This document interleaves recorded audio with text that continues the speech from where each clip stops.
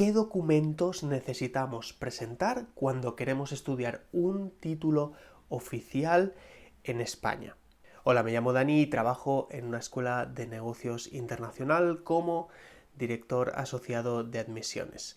El propósito de estos vídeos, como siempre, como ya sabéis, es resolver dudas que tengáis acerca de los procesos de admisión, los requisitos de acceso, la tipología de programas, la tipología de escuelas de negocio o otras instituciones educativas, universidades, para que os ayude de alguna manera a dar pasos en vuestra carrera y en vuestro futuro formativo. Uno de los casos habituales que nos encontramos cuando alguien desea estudiar en una escuela de negocios para cursar un programa oficial es cuáles van a ser esos documentos que va a tener que presentar. Vamos a dividirlo en tres grandes bloques. Punto número 1. El requisito general esencial para acceder a un máster o un posgrado es tener un título universitario de grado o equivalente. Equivalente, hablamos de un mínimo de 180 créditos del ECTS o European Credit Transfer System, que aplica en todo el territorio de espacio de educación superior en Europa. Eso quiere decir que estamos hablando de si cada crédito en el espacio de educación europeo superior equivale a 25-30 horas, pues tendremos que multiplicar esos 180 créditos por entre 20 y 30 horas y nos daría el global del tiempo de formación necesario que uno debe haber cursado. Estamos hablando aproximadamente de un mínimo de 3 a 5 años, ¿de acuerdo? Alguien tiene que tener primero un título de grado oficial en su país de origen. Además de ese requisito general, cada máster o cada posgrado puede establecer una serie de requisitos específicos. Por ejemplo, que tu grado sea de un ámbito concreto, de una especialización similar, ¿no? De una experiencia profesional determinada, un nivel de lengua, un dominio de programas informáticos, etc. Un ejemplo en nuestro caso, para los MBAs oficiales, si uno no procede de la rama de finanzas, de administración o dirección de empresas o también en el caso de económicas, sí que esa persona debería primeramente cursar unos complementos de formación previos o complementos de nivelación para poder acceder. Es el caso, por ejemplo, de personas que vengan de una carrera más técnica o de un ámbito más alejado al que tiene que ver, por ejemplo, con el ámbito de administración de empresas. Por lo tanto, punto número 1, es importante tener el título de grado expedido de carácter oficial en el país de origen. Punto número 2. Documentación obligatoria a presentar. Fotocopia del DNI o fotocopia del pasaporte que esté en vigor. Es una fotocopia que en algunos casos se pedirá compulsada. Fotocopia compulsada del título universitario oficial expedido por las autoridades competentes y debidamente legalizado. Aquí hago un paréntesis que me parece relevante. Una cosa es la legalización, es decir, la apostilla del diploma, y la otra es que ese diploma apostillado sea compulsado. Es decir, aunque hablaremos en otro vídeo de las diferencias entre la legalización, la homologación y la convalidación, lo que se trata es de que tú puedes tener el diploma apostillado y haces una fotocopia de ese documento, de la apostilla, y luego, cuando llegues a estudiar a la universidad de destino, ahí compulsan. Es decir, miro la fotocopia que me traes y miro el original de la apostilla. Entonces yo pongo el sello en la fotocopia y compulso ese documento diciendo este documento es veraz y yo lo compulso poniendo el sello. Es algo que se puede realizar en el país de origen o se puede realizar directamente en la universidad a su llegada. Eso depende un poco también de la institución a la que vayamos, si nos lo solicita o no. Otro documento que es necesario presentar es la fotocopia compulsada del expediente académico oficial, lo que se conoce también como el Academic Transcripts, expedido por las autoridades competentes, como decíamos, donde figure el periodo de los años que uno ha dedicado en el estudio, las asignaturas que ha cursado, los créditos obtenidos y las calificaciones obtenidas.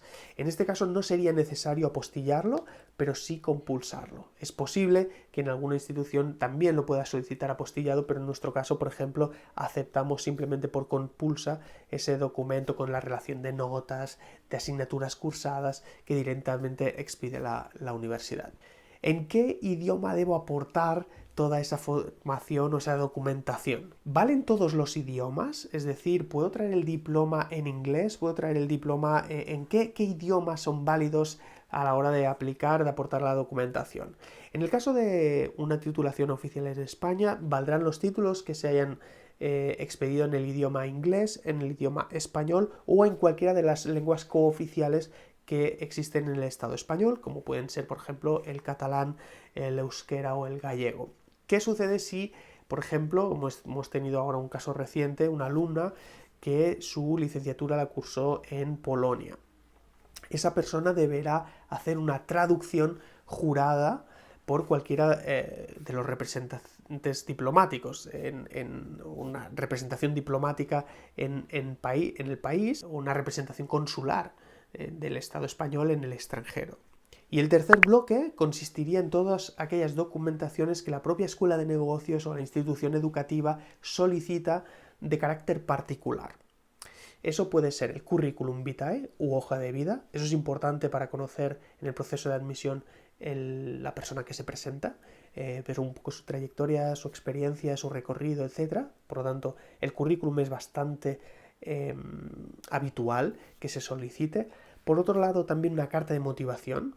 ¿Qué consiste la carta de motivación? Es una carta que no tiene que ser muy extensa, sino simplemente una hoja por delante en la que la persona escribe y describe por qué o cuáles son sus motivaciones de querer estudiar en esa institución educativa o qué espera también que le tenga que aportar el programa o cómo cree que le va a ayudar esa formación en su recorrido profesional y personal. Y finalmente también la carta de recomendación. La carta de recomendación habitualmente es una carta que expide o que redacta una persona que conozca las habilidades del candidato. Esto es, un profesor de la universidad, un compañero de trabajo, excompañero, responsable o ex responsable, etc. Al final lo que buscamos aquí es que sea alguien que conoce cómo trabaja, ¿no? Cómo se desenvuelve, cuáles son sus habilidades.